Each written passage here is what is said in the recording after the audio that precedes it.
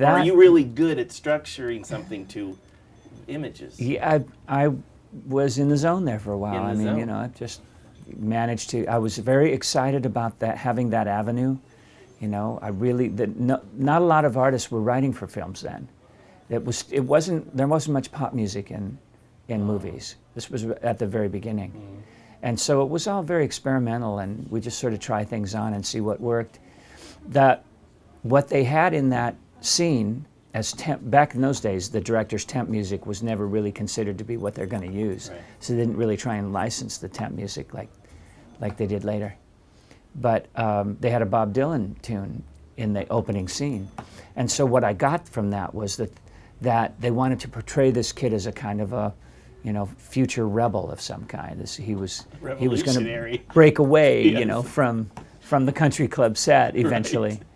So that to me meant, you know, I could go into my Dylan roots and kind of, you know, I did my Steelers wheel doing Dylan. Absolutely. You know. Yeah, stuck in the middle. Yeah. Did you know that Footloose was going to be an iconic No, picture? we had no idea.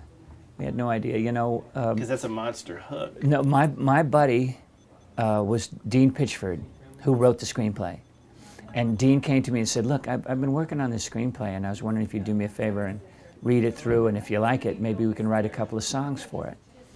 He said, I'd really appreciate it, because when I present it to Paramount, I want to present myself as a songwriter, and so if we have some songs written for it, that'll help me get my foot in the door. So I said, cool.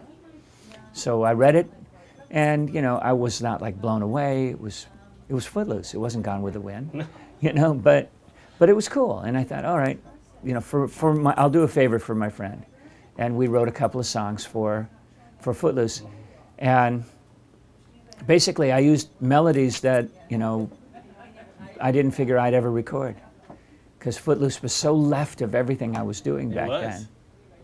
You know, I mean, the hook is so aggressive. Yeah, I know. And you know, I tried writing another song in that style a year later, Vox Humana, you know, which had the same. It was the same groove. It was a similar thing, but I approached it differently. But it didn't. You know, Footloose was just one of those tunes. I know. You just like, you know, flow I like to use. Yeah. You're in the flow sometimes. Yeah. Or you're struggling against yourself. Oh, God. The artist's way. This record that you have now, how did this record manifest? Is it? It came from the Loggins and Messina tour. Right.